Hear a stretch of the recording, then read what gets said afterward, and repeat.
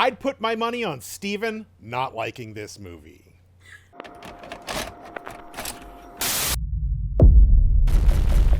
Gen Wars. Welcome to Gen Wars, the generational podcast between the Gen Xers and those guys. I mean, the millennials. I'm your host, Nick, and I've locked these cab doors, and I'm not letting them out until they give us their generational perspective on this movie.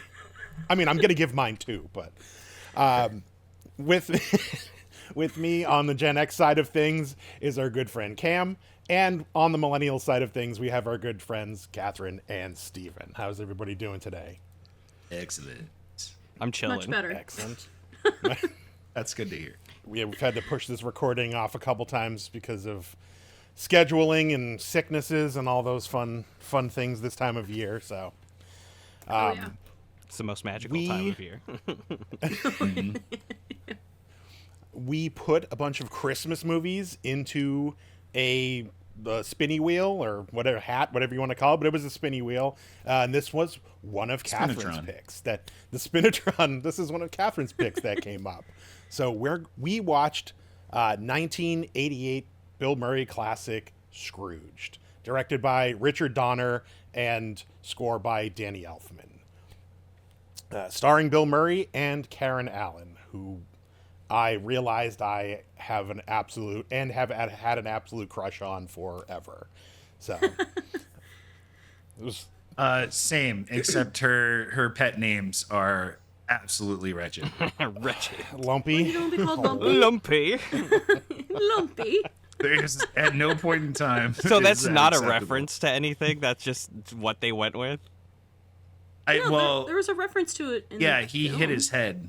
He hit Yeah. his head when they met, and that's Yeah. why they. I didn't like, connect that. That's yeah, funny, though. She goes, "You had quite a lump on your head." I wish he would have And then he fell broken and his hit his head leg. again. Yes. He could have been leggy Yeah. or something. I don't Okay, know. I didn't catch that on either times. Okay, cool. All I right. learned some things. I think that's the crux of this film. It's definitely a lot, and it's referencing. lot. It's a And lot, lordy. It's yeah. quirky. It is so much. So. Oh yeah, it is 80s-tastic. Yeah. Yeah. Well, it's Bill Murray. So- It's Bill Murray focused, and I'm not a Bill Murray fan by any means. I don't think I had seen anything that he's done until this. Wow. Okay. Yeah, you still haven't watched Ghostbusters. I'm assuming you haven't ever watched Caddyshack. I'm assuming you never watched any SNL stuff from when he was on. Groundhog Day. Or Groundhog Shame. Day. Well, February will be coming up soon, so we'll Make sure you like and we can get to subscribe that so you one. can catch that.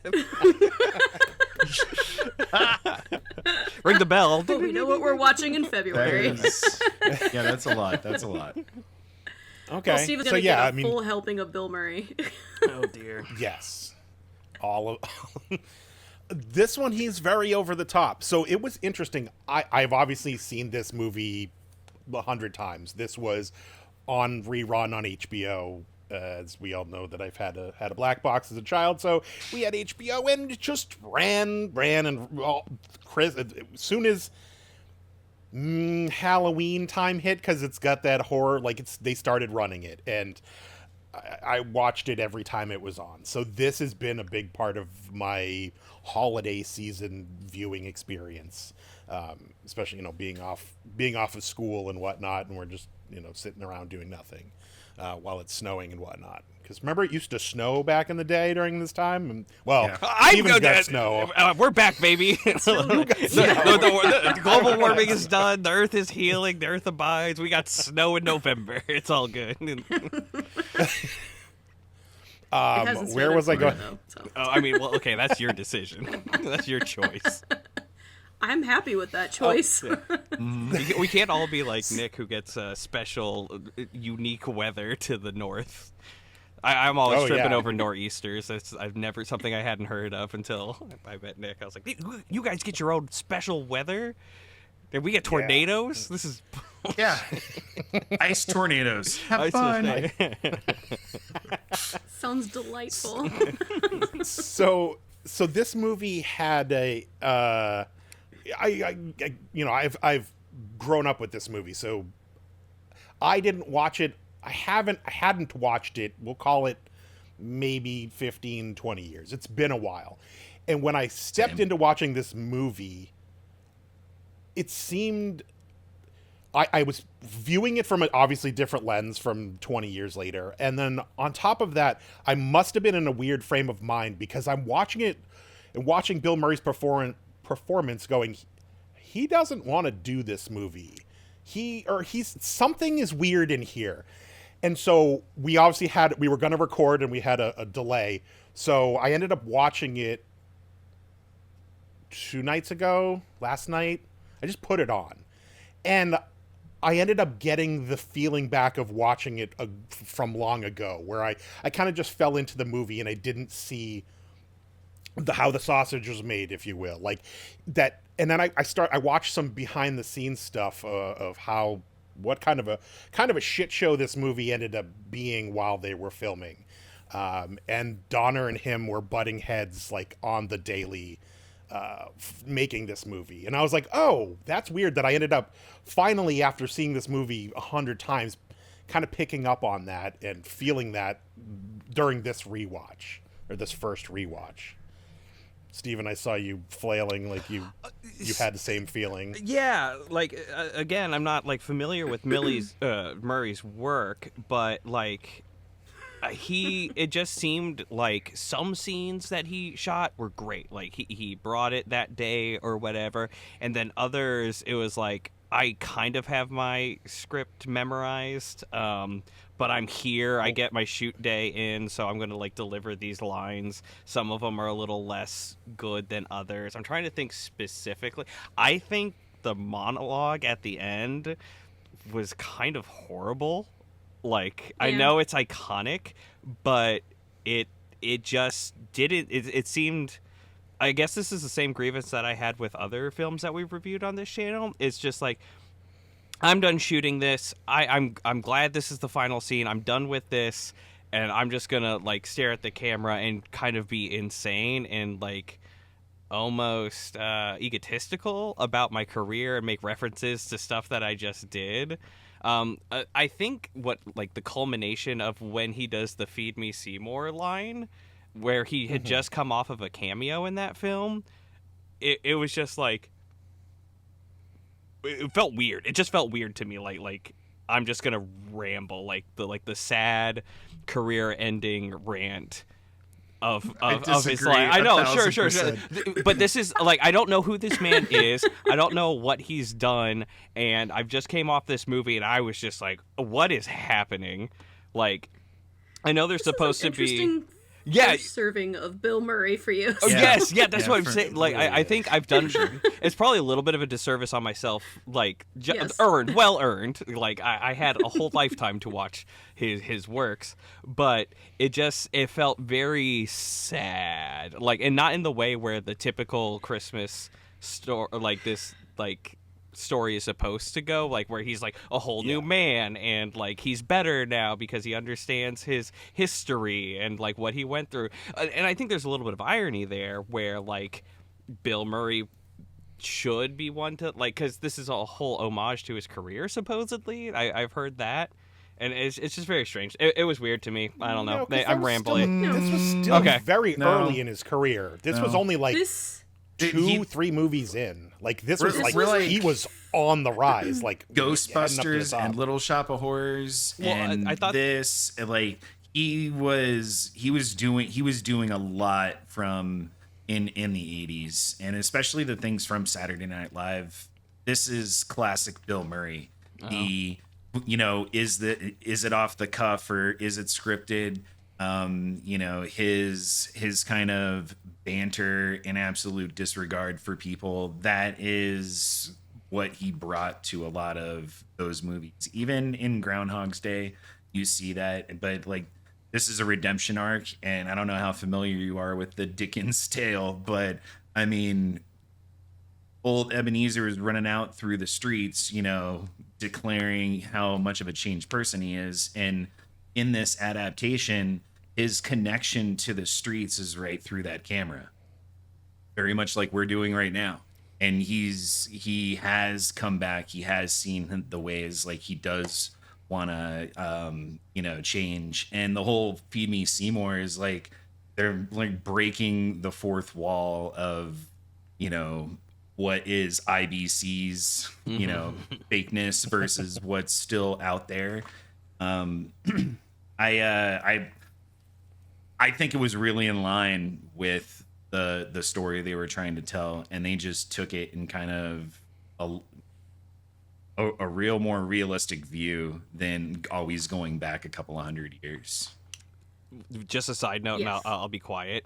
The initial boardroom meeting of a cable network, I have insight into that. I totally believe that's legitimately how that stuff happened. Like, I totally 100% think that is just a hidden camera footage from a board meeting of a network like that from that time. I think that was one of my notes that was like, is this how boardroom meetings in cable networks kind of go?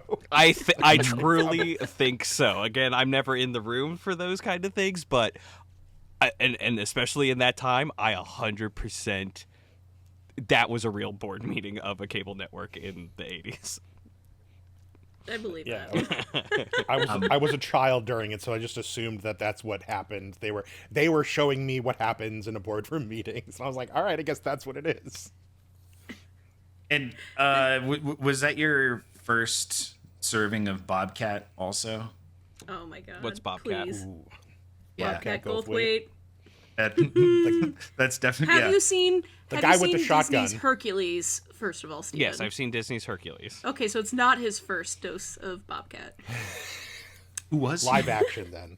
He was Pain. No. Yeah, he was Pain. Pain and Panic? Mm-hmm. Yeah, I don't know if that's... Okay. The guy with the shotgun. That's Yeah. with Yeah, the the shotgun. guy with Oh the my shotgun. god, Yeah, yes. Oh, I can hear it now. Oh. He was the greatest character. I love him. All right, I Yeah, he think we're was going to great. have to He get was some great. police academy Correct, up in here. Steven. Yeah, some Police Academy is needed for sure. Is warranted. I've never seen Police Academy, so I gotta see Oh, those. hey, a double A. It's not wow. just me. Hey. That is some peak 80s right there. The goop. Absolutely. The This goot. All film about the was goot. also Bill Murray's first film after Ghostbusters. It was like apparently 4 they did years some- later, right? Am I- Yeah, the marketing Yeah. for it was Bill Murray is back amongst the ghosts. Only this time it's 3 against 1. Okay. Like, yeah, so I thought that was interesting. So this is very much a star power film. Like, do we? Yes. Okay. There's I think so. there's so many stars just thrown into it. Like the yeah. the musician scene walking through there. Yeah. I think it was Miles Davis and Paul Schaefer were, David Sanborn and Larry Carlton. stuff. Like, those are all very huge musicians. Like, I know not everybody knows who they are. Yeah, I saw that coming. yeah. But these are, I mean, you know who hold on. You know who Miles Davis is. Like, I would hope. no, You were I in don't. band. Well, who? You were in band. How do you not know?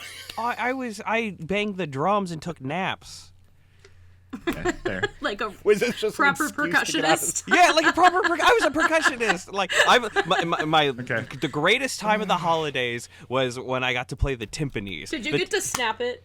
Yes, that is how I really worked my magic ride. over my What's up? wife because she was in the orchestra, and every time I would get it right by her head because she was in the viola line, bam, got her with the sleigh ride. Easy. That's how you date women. And that's how you clean that. Love through disorientation. Yes. Steven being a Okay. little SHIT. Well, So yeah, Miles Davis created Sleigh Ride, or who is this man? No. Miles Davis just Yeah. one of the most prolific musicians. Give me something. Jazz musicians. I don't know. I don't listen to Miles Davis. he plays instruments. I'm not gonna fucking. Oh, okay. Well, that's me. Okay, so I'm sure No, I'm no. aware of his works, but if you don't give me anything here, I don't know. All right. Well, we'll send you. Bitches Brew, I believe, is one of his most famous albums. But again, this is, but he is one of those names that is at the top of the list of musicians. Like, and it's very interesting that you guys, or I'm Catherine, I'm assuming you've heard of Miles Davis, or you had not. Okay. It's funny that, Catherine, did you play any band or in that? Okay. I played All tenor right. saxophone. There you go. Okay. That's someone who would probably know some music. I know a few things. I'm like Steven. I saw just Drumline. as Does we that count? Drumline was a great As we- movie.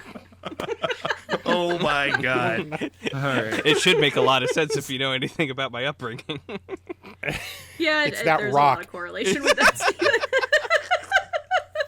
There's a rock that rock that we talked about that Steve lives under or lived under. Do we need a course correct here? Bootleg VHS of Drumline was slid under there. That was Double man. feature, cinema bring it on. for Steven. Okay, Cinema. but yes, so like very famous people. Buddy Hackett, also a very famous comedian. He was playing Ebenezer Scrooge in the play. Who else was in there? The Solid Gold his- Dancers. the Solid Gold Dancers. His boss. nipples are showing. Yeah. Was it? His boss was a very famous actor. I don't remember Oh my who it is. gosh. off the Fun top of my head. fact: isn't that the last performance of the Solid Gold Dancers? Probably. I'm pretty sure it Solid- was. I saw Solid that Gold. in my research.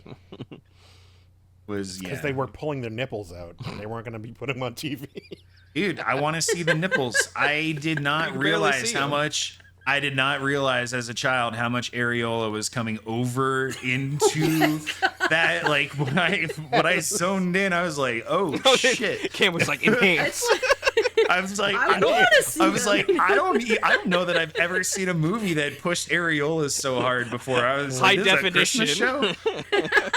Glorious 16:9 aspect ratio of the future. Because I was looking for nipples. I didn't see anything as a kid. I was like, "There's no nipples that- yeah. there." And you're like, holy crap, as an adult. Had a lot of growing up to do since I was 10. And Nick had to cut all of this section. No. This is all staying in. All staying in there. So, Steven, what did you think of the intro to the film? Night the I'm very reindeer curious. died. I'm going to tell you. I want to go Oh, in, where it I wa- immediately cut into the commercials? Great. Loved Yeah. that. Loved that. I thought it I was thought great. it was great, yeah. With like a Santa Danny Claus. I Elfman caught roller on coaster pretty. theme. I caught on pretty quick, and I was like, I like this. This is like TV, like a commercial segment. I was familiar enough with that era of like television to appreciate that. And honestly, I think it makes it kind of timeless too. I do think this film has aged very gracefully. Oddly enough. The $6 million man. He was another. Yeah, he I was don't another get the famous references actor. though, but Even it was just a TV action star that they And created this Robert- guy, and he was every day. And Robert Goulet. I did- Robert Goulet is his- I didn't know it was going to cut fucking into. alligator. I didn't catch that it was going to cut into the boardroom meeting, but I definitely got like, oh, these are like television commercials for the thing. Like I don't know what like I was anticipating. Maybe it was like, oh, it was like a kid watching like Christmas specials and this is like what they're being exposed to and like going into their past trauma or something. But I do really appreciate that opening, just like hard hitting right into it. It felt really good. It felt nice. It was very Saturday Night Live. Yes.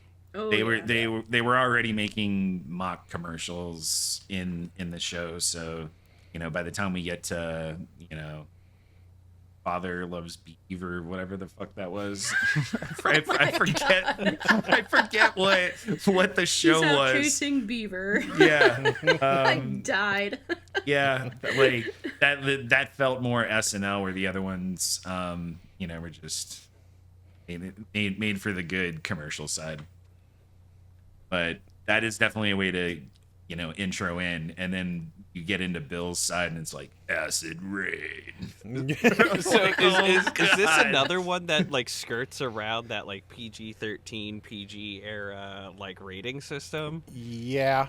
I think the Okay. I can see areolas that. say it all. Well, a lot of Yeah. it is just like, oh, because like my PG like rating is there's like visual stuff, but also like some of the jokes have to be obscure enough those didn't fall in the obscure category as far as jokes. So it is PG-13. So it is PG-13. Okay. Yes. Yeah. Which- So that was. So it was It was after all the that. nipples. Yeah. All the nipples. I was too young for that. But I was also very surprised that they were sending this broadcast all the way out to the Great Barrier Reef. Yes. They were then hidden back to- everywhere. And back to Africa. Well, they were gonna they're gonna bless the biggest baptism of the Zulu nation. What? But that's It was a This lot. is wild. because It was wild. Do they still Lethal do, Weapons Christmas Party was off the hook. I think to kind of bring this up to current era, it's like the biggest streamathon thing. So this was like the telethons or like the biggest Christmas broadcast.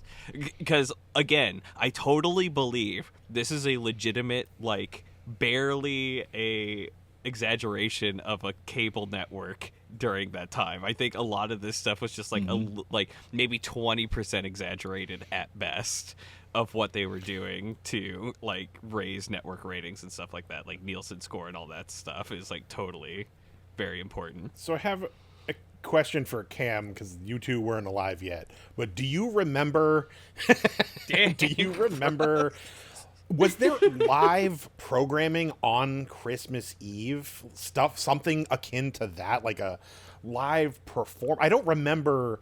Everything on Christmas was either a movie or something that was in reruns, or something that was pre-taped. I don't ever remember them doing a live Christmas Eve thing on TV Well, that was the point of his 80s. character, though.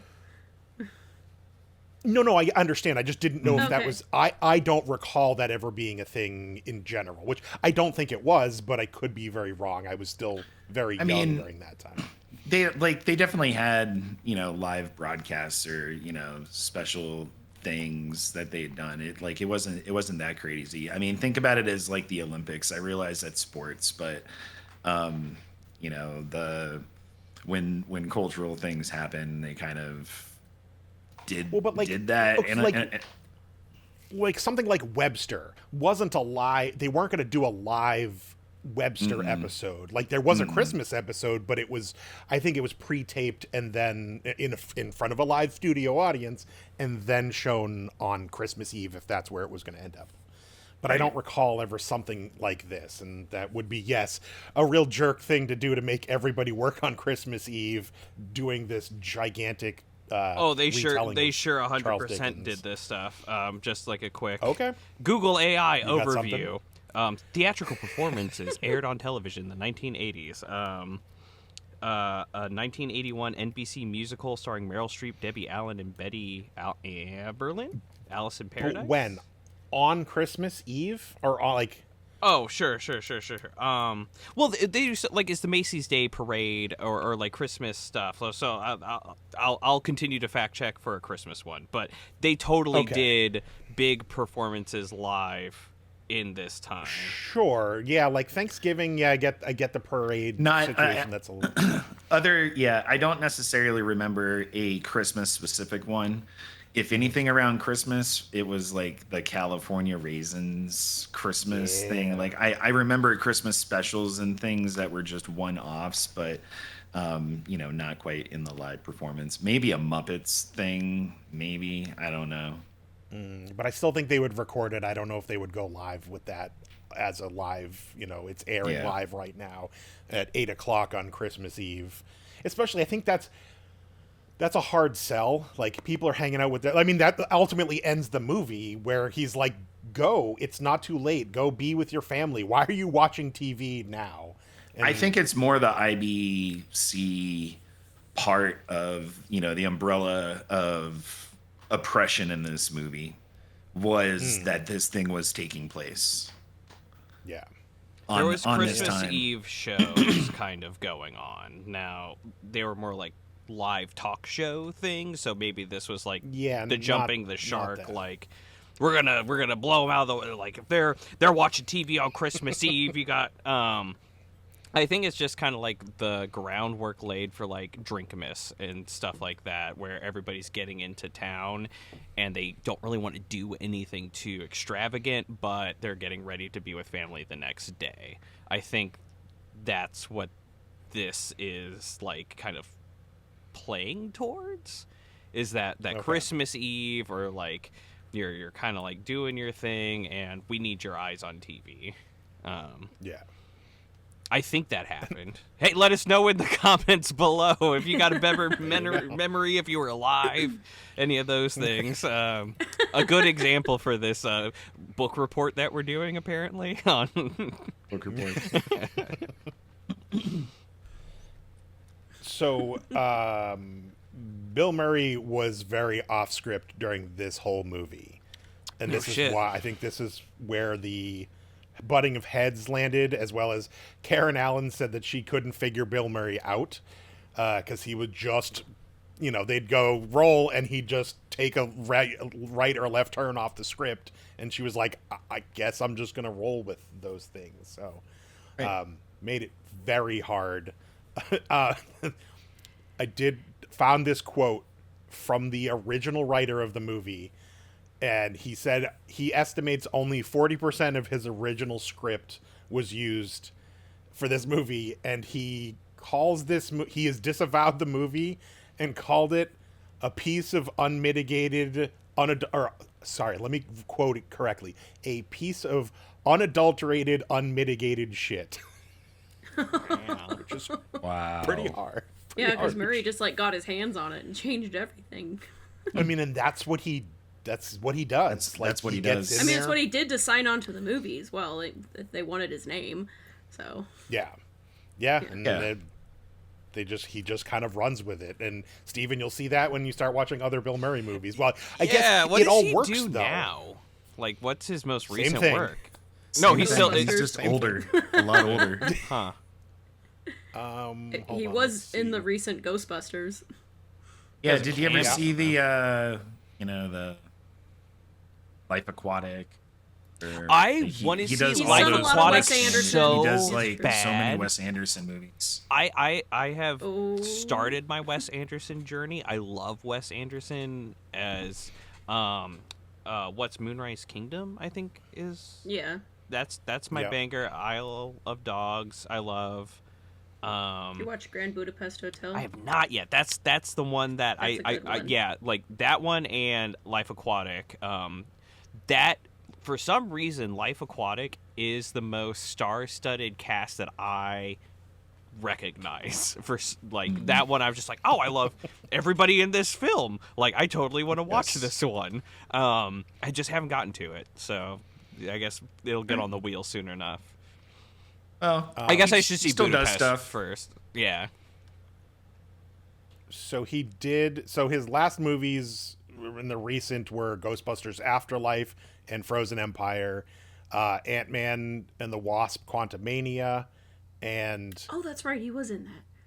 it's so. Yeah, It Small also Heart. says he was in Asteroid City, Yeah. a location featurette. But maybe he's not in the actual movie. I haven't watched it, so I don't know. That's a Wes Anderson film, isn't it? That's That's like another the, Wes Anderson Isn't film, that yeah. the one that didn't- like was like least Oh, liked by kind he of isn't. everyone?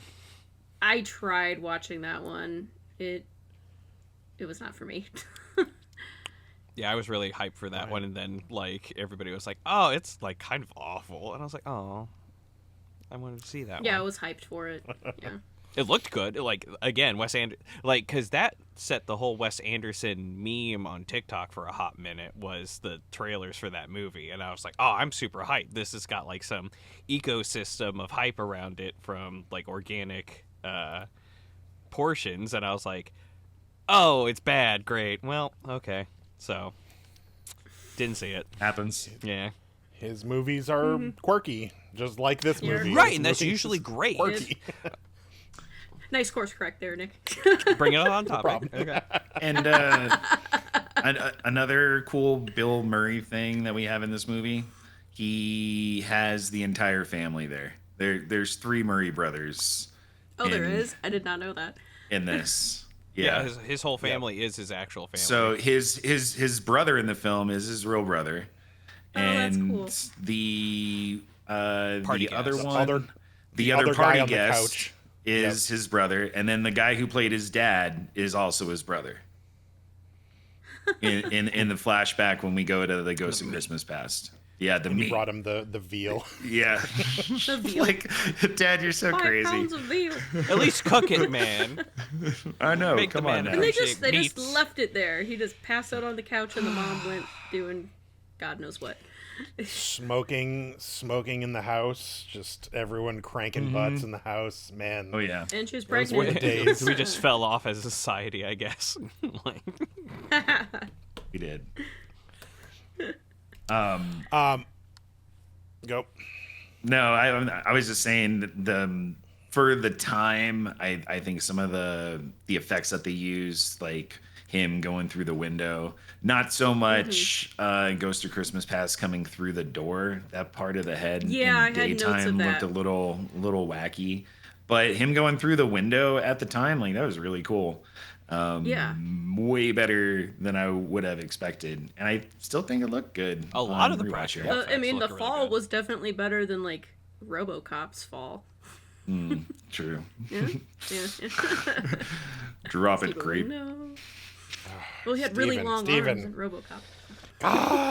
Gonna watch RoboCop. We've already talked about watching we talked about watching RoboCop and the remake and comparing the two, I guess, or that was a potential Gen Wars situation that we were gonna Well, do. I'm gonna have him start off at RoboCop 3, and then we'll just work backwards. Oh.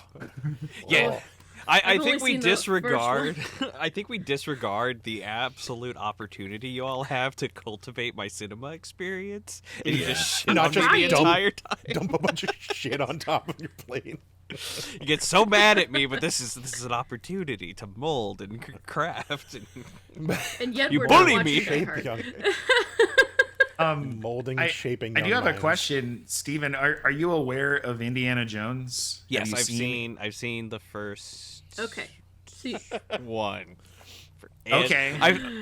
Oh no! So when you I've seen when the you first saw one this and woman- the fourth one. There was a big when you saw question mark Karen on that. Allen, were you like, I think I recognize that woman, or she was just no, like she? Okay, you so didn't remember I'm her? very face blind. That's Like, a no. yeah, no. So I don't like names and faces I can't put together. Sometimes I can recognize people when they're in another film. It's not very likely. Yeah. Oh, Well, there she was. She was in Indiana Jones too. yes, she Claire was Marion very Ravenwood. accepting of Frank, though. Like, she's just like, he's going off the handles crazy, and she's just like, whatever. I mean, she's that's heavily repeatedly. medicated on life somehow because she works at a shelter dealing with some special cases. She has seen she hadn't worse. seen him in 15 years, though. She's seen worse. I mean, I guess. she's there. Have you ever She worked was a at a good soul. homeless shelter? Like, it's a trip. I can't say that I have. but It's a trip. Catherine, this is your pick. Do you have anything specific that you'd like to bring up that maybe we haven't covered? The ghosts. Topics we haven't covered yet. Yeah. There we go. Just the ghosts in general. This is a really fun, wacky adaptation of A Christmas Carol. So, just talking about them. Yes, Steven. Christmas Future was lame. The practical effect was good, but it's still the same Christmas Future. Yeah, that's fair. Okay, that's Yeah, my fast he credit. was very ominous, and I like the transition from the IBC version to what he was, a little more menacing, and yeah, it like kind of. I like the TV It kind screen. of had a Nightmare Before Christmas element, or Nightmare on Elm Street, when like Freddy has like opened up his chest and he's got like all the little things coming out. Like it was like that but toned down, and that part wasn't so bad. But Ghost of Christmas Present is, I love her. by far the Love showstopper here. The whole interaction, beating the crap out of him the whole time. She injured him a few times. Good. Like she ripped his lip, and they had to stop production for a few days. Wow. Yeah, she's wild. Love her. And that maybe is what made Christmas Future kind of lame, because I think Christmas Past was also fantastic. Yes. That was a fun Who iteration. was also another musician that you have no idea who it is. No. Buster Poindexter. No Yes. idea. I just Buster liked his character. Poindexter. He used to be the lead singer York of Dolls. the New York Dolls. Yeah. Oh, okay. I don't like New York, so. Hello down there. You have any musical knowledge? Well, it's out of Steven's range of I know. 15 minutes from the house. So. Yeah, I can't go any further than that. Are you kidding me? I can barely get to the grocery store. That's like 2 blocks and back here before recording. This Never movie venture out there does again. this movie does take place in New York, so but Oh, I know. It's I was not aware. They made me aware. very. They Now made I sure you knew. Where else would a movie take place? I At mean, Christmas time? Besides New York? Center, I don't know. center of the world. I mean, New York City. Well, you could do is- Chicago. Yeah, that could work. Poor man's But New York. like Alone. this, I was in New York City this year. That this well, that guess in '88, I believe. I believe it was '88 or '89, and my uncle lives there, and so I was in that city during that time. So I had, when this movie came out, it really resonated with me because I was experiencing Christmas time in New York City, which is, as a child was magical in the 80s. Yeah, Or sure. at least it seemed magical. And I'm sure some adults Christmas are watching was this who are better adults back at in that the day. time. I don't know why. There was a lot more areolas. Because you didn't have any. Yeah, that. That's what we've got. Is that the budget for this film? That's what we were missing. That's what the Christmas spirit is located. Take it. I couldn't know. They really hit the marks. Both of Oh them. my god, that's fantastic. Both. Well, some other peak '80s items here that Did I break the you, Steven? the Ginsu knives. Talking about the Ginsu knives, that is like Yes. the real start of the infomercials of that period, and as seen on TV, Ginsu was at the top. Fun fact: it is bad omen to give someone your relationship in knives because it severs their relationship, which is foreshadowing. Oh, interesting. Interesting. What did he Nice. say? Where was the line? I wrote it down. It was something to the effect of, "I've never liked a woman so much to give her a set of 12 15 knives," or sharp. something like that. Yeah, something. Right. Which That is was the great. funny. I think that's like the bit. That's the whole bit. Like if you know, Yeah, yeah. that is like a bad omen or a like the thing not to do. Then he's like, "Oh, I'm so out of it, but these knives that's made me think of our relationship." Yeah. Okay. And speaking of peak '80s, Nick, because I know the other two are out on this one, but I mean, it really was the Lethal Weapon Christmas party. When you look at the cast that's in there, and it was like, oh, hey, it's the doctor and the chief and the other guy. You're like, okay, you're all here. And I feel like they got done filming Lethal Weapon and just went right into Scrooged. I guess it really shows like a lean in the Christmas time for Donner who was it? Yeah. Richard Donner, Yeah, Richard right? Donner. Yeah. Yeah, because I mean, both of those movies are like Christmas themed. I feel like they came out one year after another. I almost want to say Lethal Weapon was 87, 86. 87, yes. 87. So 87. 87 to 88, he's filling in that Christmas time zone because that's a huge time for movies. It's summer blockbusters, and then you got the Christmas, Thanksgiving push where people want to watch movies and not really be with the family and do something, and it hit all the marks there. Absolutely. Yeah, so he did 85. Well, Goonies probably, I'm assuming, was a summer release. Then Lethal Weapon, 87. Scrooge in 88. 89, Lethal Weapon 2. So, yeah, he was just crushing them out. Farming. Yeah. Clip farming. Movie farming. Really was. But I mean, all of those movies were the foundation of my childhood. I watched the hell out of all of those. Another movie that has held the Chinese food industry down, Cam. I know, 'Cause right? What was? Jeez Louise. The 80s were just here to beat down. Everyone, they were so anti-MSG. It took me such a long time to get over the brainwashing.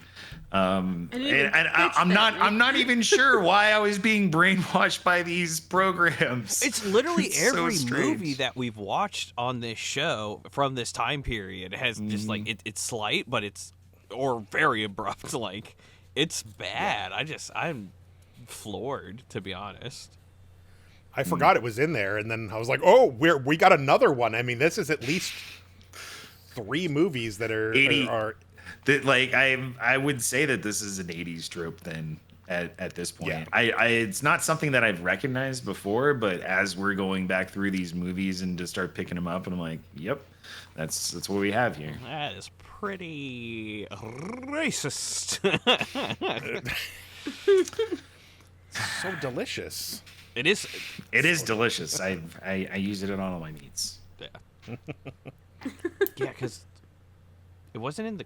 So it was just Lost Boys, Gremlins. Oh.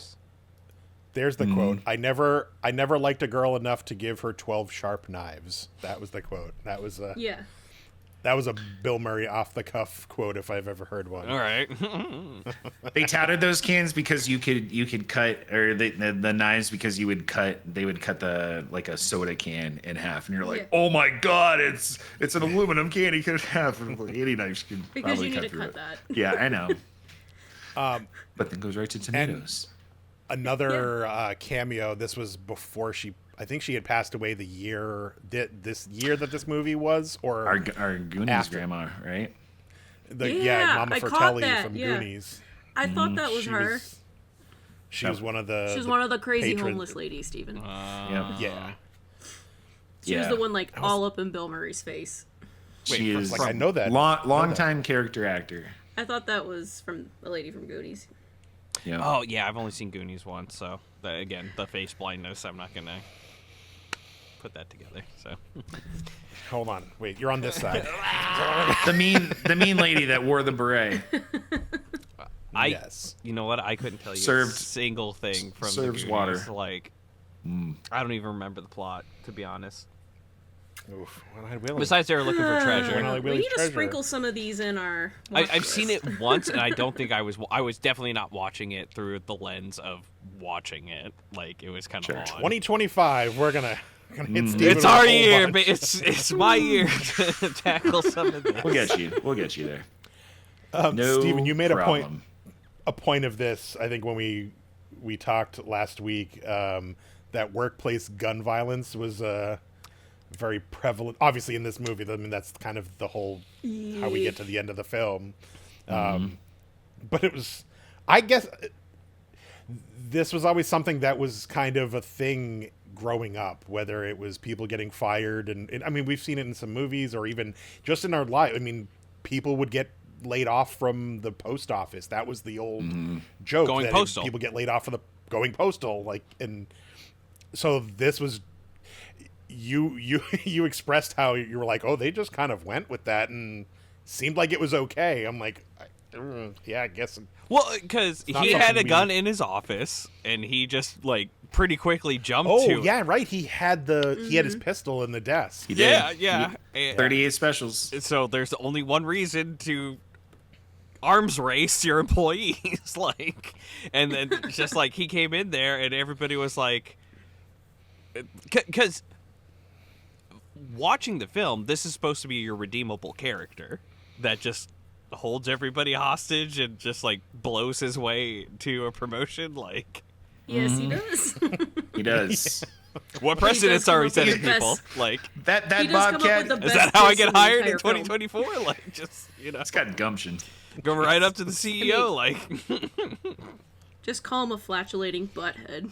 right, exactly. Yeah, yeah. It's just how you do it. It's the 80s. It's different. Yeah. Everything comes back, I guess. It does. But yeah, that was a little bit odd through a current era. So going back to like aging gracefully, The latter half of this film, little different. I don't know. Yeah. Yeah, I mean, That there's doesn't actually- age so tonal well. shifts once we get past the present. That's a fair point. Yeah, it's a little bit yucky. Ooh, yeah. On a first watch through in current era, I'm like, Woof. bark. Yeah. It's not the best future scenes, I would say. I guess it does hit home, or it does resonate a little bit in trying to identify, like, if you don't address your problems, these could be the outcome of it. And this poor child, Calvin, was it, right? Yeah. Finds himself, in some kind of an institution where he's still not talking. And I think some of those things help turn his character at the end, especially, in the level of encouragement and that shift, how fake and off the cuff and Bill Murray it was. I feel it was very much in line with the spirit of the movie. And with that, Yeah. we can go right into scoring. No, we could. Just like last note, just I think there is like some like salvageability to a little bit of current era like mindset with his character, because if you did one of those endings after Bill Murray is done talking and you did like a credit scene, it's like he was fired and he found a new job doing what he loved, and your boy that held everybody hostage, he went to jail, and but he didn't have to give anything to his wife who left him after his job. Like that kind of like funny montage would just like it would have made everything acceptable at that time. So. I mean, that would have worked. That was a very 80s trope thing to do at the end of the movie. Yeah. Yeah. We'll do the Steven cut. Yes. Oh my God.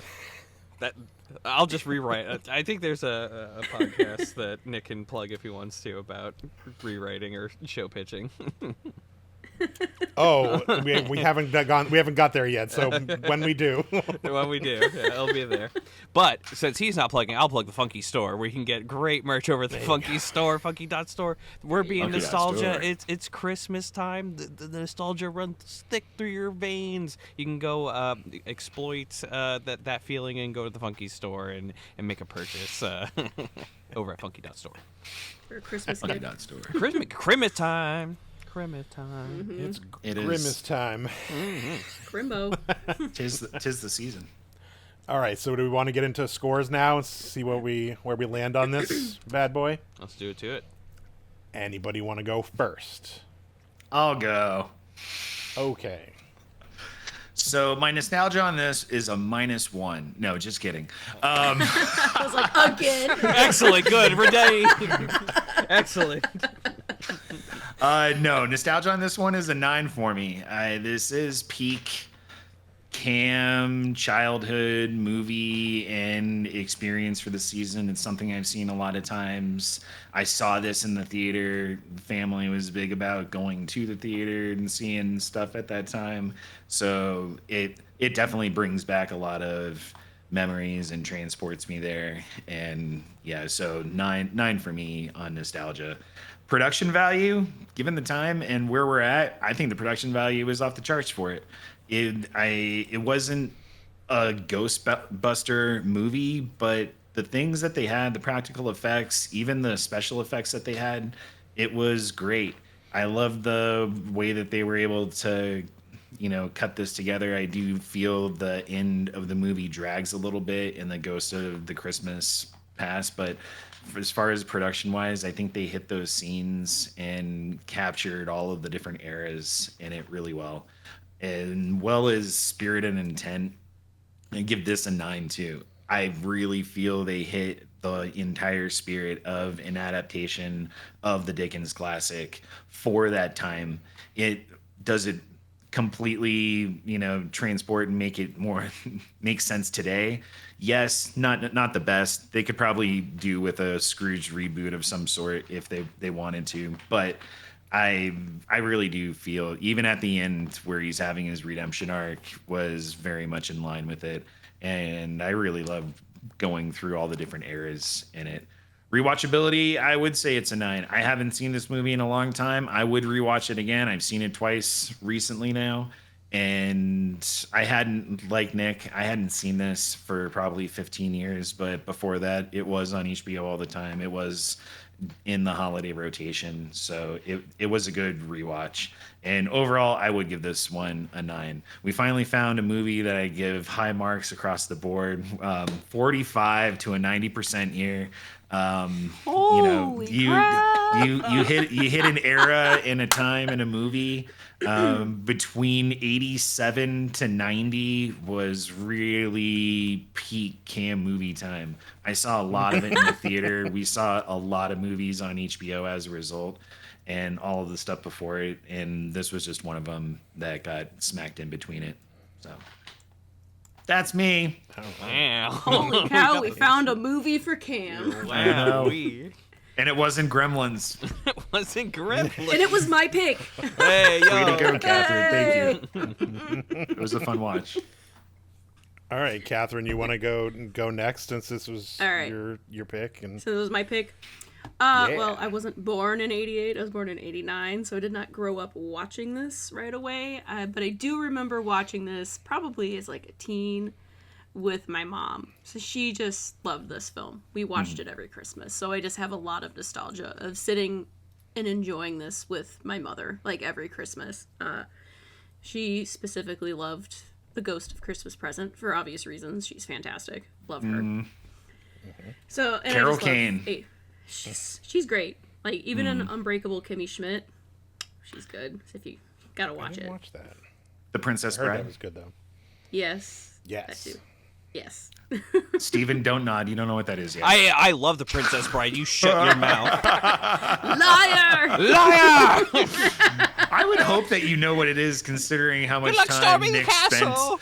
spent. Yes, that's them. Okay. All right. Wow, he's even got callbacks and quotes. This is great. Let's give it up for Funky for the Dot win. Score.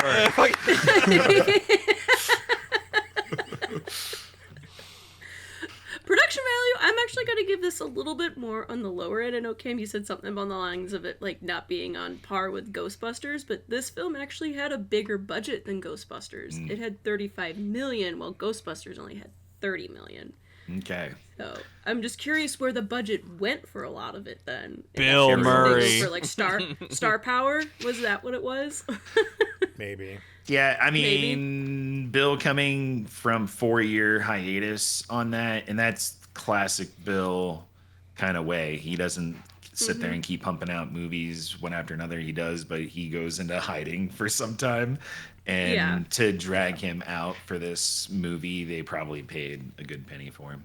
Yeah, I think Not so. to I think mention they everyone definitely- else that was there. They weren't there being nonprofits. it was star-studded, to the rafters. Oh yeah, this is a fun film. I'm not doubting on that, but I'm just curious, like where the budget went. It had to be the star power because just like some of the costumes weren't so great, like we mentioned, like Ghost of Christmas Future. I don't know. Some of the practical effects were good, but some of them were The cheesy, like you wings mentioned. on- With the wings, I had the wings written down as like her costume. They wasn't were great, but busted for like half the They were shots. funny though, where she's like. I loved beating her the crap out- wings. I loved That them. was They my were favorite great, but they part. broke. Like in one shot, they were busted. Yeah. Or the Ghost of Christmas Past, like where he's going through the front door, or it's like, Yeah. wasn't great. So I gave it a 7 for production value. I gave it a little It was more. pre-Jurassic like, Park, though. Don't hold my They standard didn't to know. everybody else. They Hold didn't on. know The yet. makeup was awesome. Like the guy, the Jacob Marley guy, I can't remember. The dead guy at the very beginning. Oh, golf. Oh, golf yeah. ball? The Yeah, golf the guy. golf guy. Yeah, where the golf ball's Yeah. like coming out of his head. His makeup was fantastic. I liked that. Yeah. That was a cool effect. And the fact that Danny Elfman was a composer. I didn't catch that until Nick just brought it up. I was like, oh, that's why I liked the score. Oh, I guess you didn't hear, like, there's a lot of, Oh. you could hear Simpsons stuff, you could hear Batman, that Yeah. first push through the clouds. I didn't Yeah. catch it. It is totally Batman flying a La, la, la, Batwing la, la, la, la. Like, totally. into Nightmare Danny Elfman Before tweet. Christmas. Yeah. I don't know why I didn't catch it. Shame on me. You'll know in the future. I will. Spirit and emotional value and intent, I gave it an 8. Like Cam said, this really was, they hit it out of the park with what they were looking to do. This is an updated adaptation of A Christmas Carol brought to like an 80s modern audience, not a period piece, Steven. It's a period piece now. Fair. No. 40 years later. Reclassify I'm movies. co-opting. Yeah. I'm changing Don't do the that. definition. Don't do that. Save If it's us. made in the 90s and it's like part of the it's a 90s film. It's not a period piece, man. Time capsule, period piece. What's the difference? Of the There you time. go. Yeah. This thing's solid. And it was a great dark comedy, though. I thought just like letting Bill Murray just go off the rails was fun, especially with the scene of him in the restaurant where he's starting to get like visions. Where there's Sir, the that's a eyeball baked in the glass. Alaska. The waiter was the best. He's so calm, cool, and collected. Oh no, sir, that's fine. Have an highball. That fall at the door was not supposed to happen either. Oh No, really? it He wasn't. actually, It was a good he fall. actually- He actually slipped slipped and in- fell. Yeah. whoops. It worked. Some physical comedy, Yeah. Yes. Yes. bringing back that definitely. SNL. It was it was very cheesy and it knew it, and I enjoyed it for that. So I gave the rewatchability an 8. I do try to watch this every Christmas. I enjoy that. Like, I just enjoy the film for what it is. Like, I know it's not perfect, but I definitely every Christmas. So overall, just with just kind of cutting on some of the production value, but the rewatchability and the spirit and emotional intent, I gave it an overall 7. Hitting at about 35 out of 50 at a 76%. Kind of fits comfortably for me. Okay. What There was that, a you 76 you said? Yeah. Yeah. Okay. Nice. All right, Steven, you want to hit us with yours? Time to tip the scales. Did All I right. say 76? Okay. I don't know, I Nostalgia. wasn't writing them down. Mine so says 70. sorry. Did I? I think I mathed it wrong. Go, Steven, and I'll remath it. Yeah, remathing.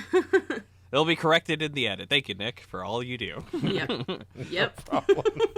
Okay. Future Nick, thank you. Yeah, so we love Future Nick here on the channel. Nostalgia.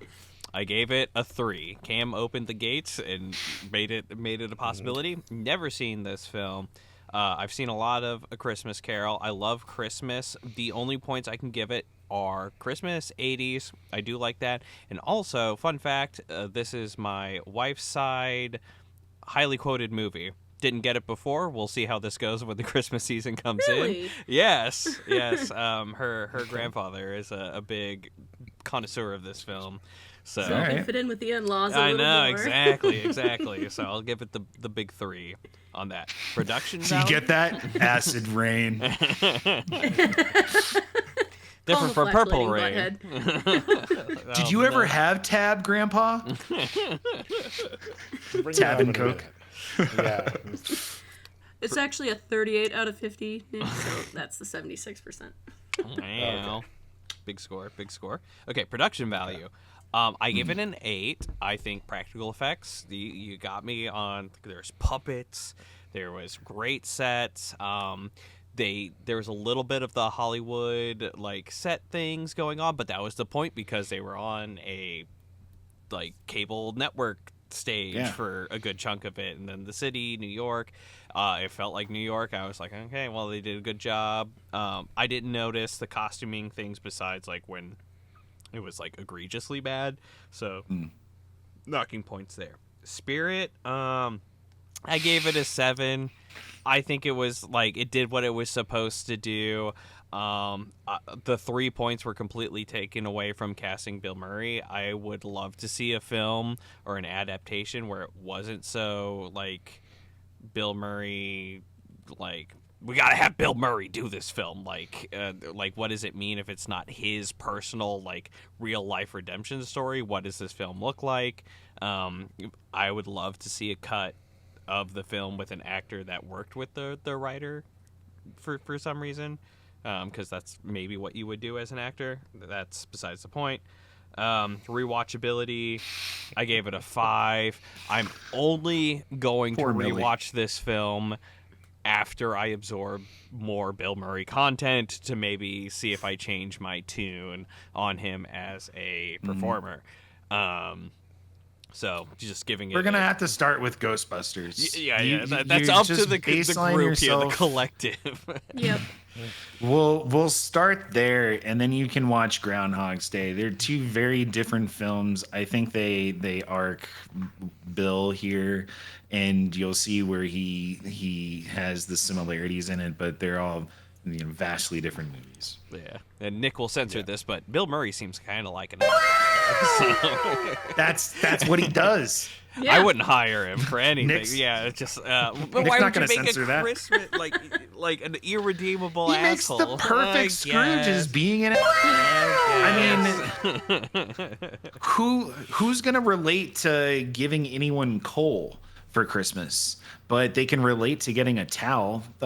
I hope he had as bad as a childhood as his character did, because that's the only way. Hey, Leave it in. Nick said let it fly, but those are some of the Bill worst Murray's things. God damn. He is. No, Okay. Calm down. Okay. As far as Taco Bell dongs for that one. You're gonna do the as black far as bar the over time my period, mouth.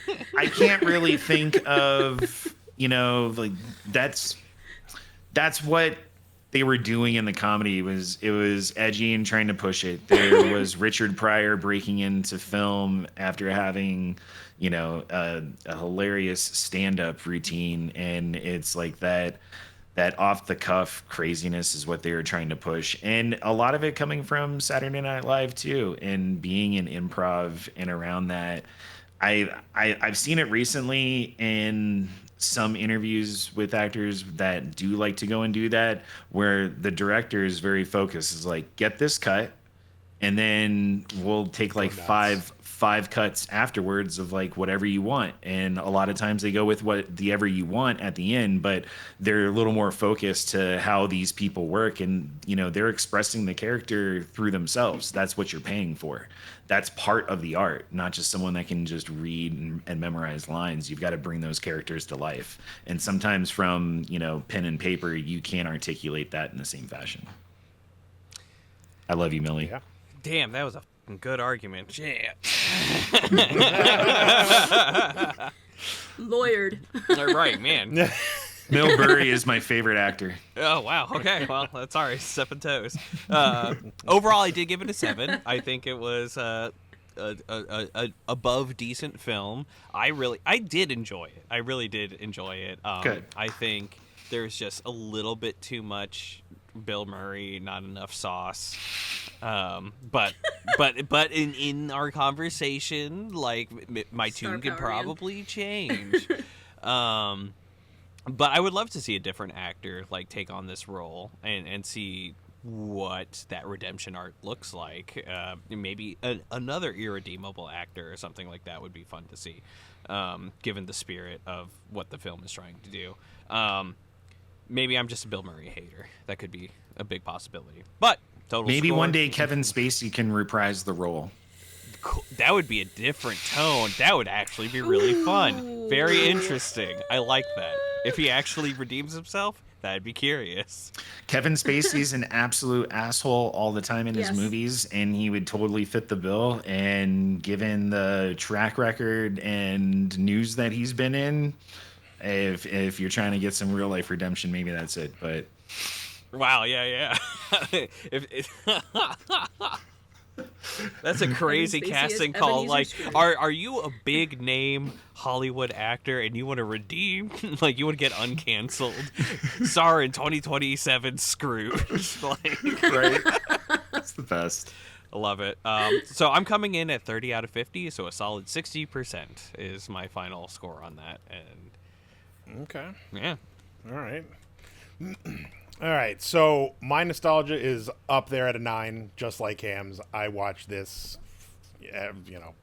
every time it was on, and it was on all the time. So this has been a part of my upbringing, which is weird. Then it also fell off. There was this weird, I can't give it a 10 because there was this fall off at points in time. So it's only sporadically come up here and there. Wondering why I haven't watched it more. I think we've had other entries into the realm there. And don't forget, there's that whole period of Die Hard as a Christmas movie where like Die Hard starts to take over, and then okay, maybe that's it. Yeah, maybe that's it. Okay. You know, you got the Nightmares Before Christmases, and then Jingle All the Way, and there's the National Lampoon's Christmas Vacation really does take over. If there's a reigning champ for Christmas movies after Scrooge, it's gonna be that, at least in my book. And maybe that's where my rewatchability takes a little bit of a hit, but not a huge hit. So 9 for nostalgia. Production values at a 9. I love the look, the feel. This felt like what I remember from '88, being in New York City as a small child. They didn't show a ton of. They only had a couple exterior shots, but what I remember of the city at that time, it felt very much, and even just of the time in general, like the families and the dress and the set designs, the costume designs was what I was meant to say. The set pieces, I actually love the future, the Ghost of Future Ghost of Future, when the whole triangular hallway, very creepy and ominous, and he can't walk down. I was trying to figure out whether he was doing that with his feet or they actually tilted the room a bit so he couldn't walk right. Yeah. And then just the whole where they're burning the casket with him in it. It was just very grandiose. The smoke billowing out under the ghost's robes was awesome. So I give production value a 9 in this one. Even when he held him outside the window and his arms started breaking, that was good pieces. effect. That practical effect was so good. I remember as a little kid being like, "Ah, that's horrific." And even as an adult, I'm like, "Ooh, that looks really good." I wonder why I was scared as a child. Spirit of this movie is a 9. I think it definitely delivers on the classic Christmas story, Christmas Carol, but with a much darker package, a much more tormented. I mean, he brings his own torment to this thing of his own, how his mind works. First time I ever saw a frozen person before. That shit got real grim underneath there, and I was like, oh, well, that's a real possibility here. So the homeless person, he did ask him for money, and he said no. I don't know if you remember that. Yeah. It was so that he could heat his apartment. I feel like they glazed that a little bit. I feel like that could have had a little bit more like gut punch. Emphasis. But it was good. Yeah, that was one of those. I think that was one of those. What do they call them? Like a fear that's set into your childhood, set into you at an early age, and like, I could actually be homeless and freeze to death. Like, let's not make sure that doesn't happen. Yeah, I'll start with a van down by the river and work my way up. Which I probably shouldn't have been watching this movie at the time that I watched this movie, but decisions were made. So Spirit is a 9. Rewatchability, so this is where I put it at 8.5, just because there was that. A lot of other movies have slotted into this, space. But I definitely will come back. I mean, I rewatched it twice just for this already, so I think we're gonna put this back into the position that it deserves. And overall, I gave it an 8.5. It's a quirky version of this story. It's probably not for everybody, but it is. I still love this movie. So that's a 44. So that's an 88% for me. Damn, it looks like my pick was a win this week. Yeah. Yeah. Look at that. Look at that. The whale decided. All the Dick Donner. The wheel has spoken. Yeah. All right. Well, let's, Steven, you want to round us out with some plugs and we can wrap this gravy train going up here? Wrapped up in a Christmas gift. Make sure you like and subscribe to all of our channels. We work really hard here on Gen Wars. We have a lot of collaborative projects going on. We have Catherine over at Spectacle Views doing her best millennial Disney fantasy life. Lots of cool stuff going over there. Lots of Christmas stuff going on over there. I can't imagine. Very merry. It's alive. Just dropped. Mm-hmm. Very merry. You can check that out there. Capitalism at its finest for the finest season Indeed. for capitalism. And check out Cam over at Never Touching Grass, where he is doing the Black Ops grind. He is finding all of the Easter eggs. He is escorting people. If you want to get the best out of your Black Ops zombie experience, you gotta go over to Never Touching Grass, where you can get all the best things. And check out Nick at Fire Hazard 508 Creations, where he's making playthings into display things. It's great. It's Christmas time. He's getting good stuff. Was it worth it? We don't know. You can find out over at Fire Hazard 508 Creations. And you can check. It's a mixed box. It's a mixed bag. You can get someone the greatest thing from his channel, where he makes playthings into display things. And then you can check me out at Funky Games, where I play all the quintessential video games. I'm a video game poser as much as I am a cinema poser, and I'm going through a journey of playing the best, the creme de la creme of video games, and you can check that out over at Funky Games. Like Goonies on the NES. Yeah. I don't know if that one makes the cut, but, who knows? You won't know unless you go over there and, subscribe. You'll never know what I'm playing. Or play E.T. You on should do Atari. that. Yes. Oh, that's a deep cut. Steven's still wondering I what found the Atari means. landfill. I have the pit. 2 for 2 on the surprises for Steven. You've been doing your research, sir. Welcome back to the 80s.